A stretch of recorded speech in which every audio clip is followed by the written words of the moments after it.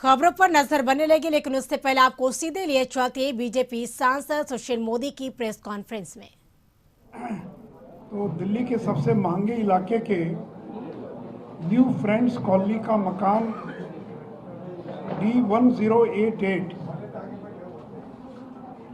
जहां पिछले दिनों तेजस्वी यादव जहां अपनी पत्नी के साथ रह रहे हैं, वहां पर ईडी ने पूछताछ की थी और मकान इस समय काफ़ी चर्चा में है। और कल मैंने एक कंपनी का जिक्र किया था, AK इन्फोसिस्टम प्राइवेट लिमिटेड। आज एक दूसरी कंपनी का मैं जिक्र कर रहा हूं जिसका नाम है AB एक्सपोर्ट्स प्राइवेट लिमिटेड। आवाज़ कम करो, आवाज़ कम करो। AB एक्सपोर्ट्स प्राइवेट लिमिटेड और दिल्ली का ये जो मकान है D1088 न्यू फ्रेंड्स कॉलोनी, ये मकान किसकी संपत्ति है? तो AB एक्सपोर्ट्स प्राइवेट लिमिटेड की संपत्ति है। टक टक आवाज क्यों आ रहा है?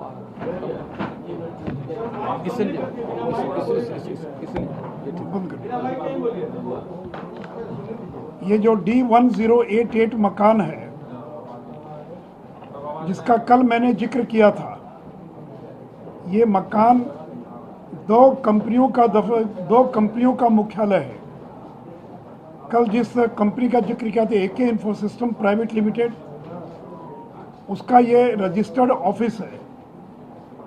लेकिन ये मकान किसकी संपत्ति है? तो AB एक्सपोर्ट्स प्राइवेट लिमिटेड, ये AB एक्सपोर्ट्स प्राइवेट लिमिटेड, इसकी ये संपत्ति है D1088 ये मकान। और AB एक्सपोर्ट्स के मालिक कौन है? तो राज्य के उप मुख्यमंत्री श्री तेजस्वी प्रसाद यादव। तो यानी D1088 मकान जिसकी आज कीमत 150 करोड़ रुपए से ज़्यादा है, उसके मालिक हैं बिहार के उप मुख्यमंत्री श्री तेजस्वी प्रसाद यादव। मित्रों, तेजस्वी यादव ने न तो कभी नौकरी की, न कभी व्यापार किया, पढ़ाई भी पूरा नहीं कर पाए, क्रिकेट में भी फेल कर गए, और कोई पुश्तैनी संपत्ति भी नहीं उनके पास। एक होता है कि बड़े जमींदार के बेटे हैं, कोई टाटा बिरला के बेटे हैं, तो कोई पुश्तैनी संपत्ति भी नहीं उनके पास। उसके बावजूद वो 150 करोड़ की संपत्ति के मालिक बन गए। और इस 150 करोड़ की संपत्ति कितने रुपए में हासिल किया उन्होंने? तो केवल 4 लाख रुपए में, केवल 4 लाख रुपए में, और ये उसके मालिक बन गए। और ये भी जो AB एक्सपोर्ट्स है, इस कंपनी का कोई टर्नओवर नहीं है, इस कंपनी में कोई व्यापार नहीं होता है। आखिर कोई कंपनी क्यों बनती है? व्यापार करने के लिए।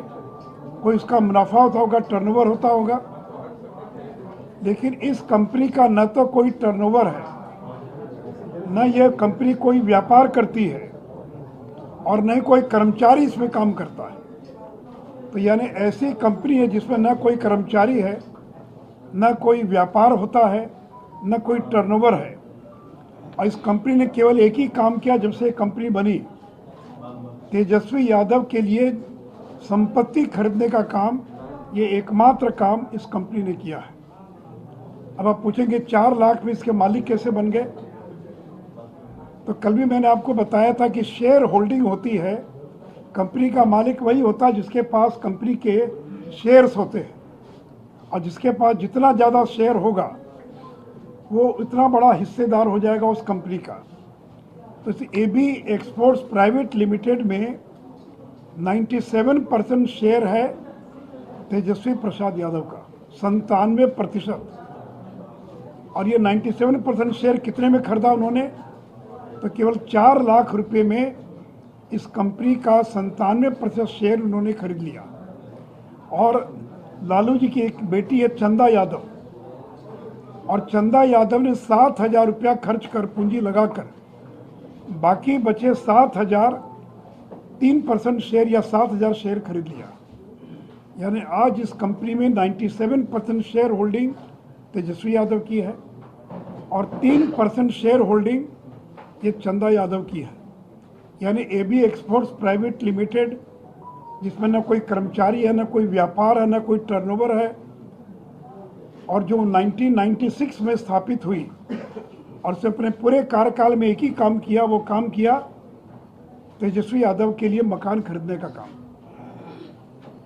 और शुरू में इस कंपनी में तेजस्वी यादव, तेज प्रताप यादव, चंदा यादव और रागिनी लालू इस कंपनी के डायरेक्टर थे। तो डायरेक्टर कोई बन सकता, लेकिन शेयर होल्डर हर कोई नहीं बन सकता। जो शेयर खरीदेगा वही शेयर होल्डर बनेगा। लेकिन इस कंपनी का डायरेक्टर भी थे लालू के परिवार के लोग, तेजस्वी, तेज प्रताप, चंदा, रागिनी, और शेयर होल्डिंग तो उन दोनों के पास थी जो 100% शेयर होल्डिंग थी। वर्तमान में उस कंपनी की डायरेक्टर है रागिनी लालू, जो लालू जी की एक और बेटी, चौथी या पांचवी बेटी, उसकी डायरेक्टर है। और एक सिवान के बढ़हरिया के उनके बहुत विश्वस्त एक व्यक्ति हैं जिनका नाम है शरीकल बारी। ये माधोपुर बढ़हरिया के रहने वाले हैं, वो उसके दूसरे डायरेक्टर हैं।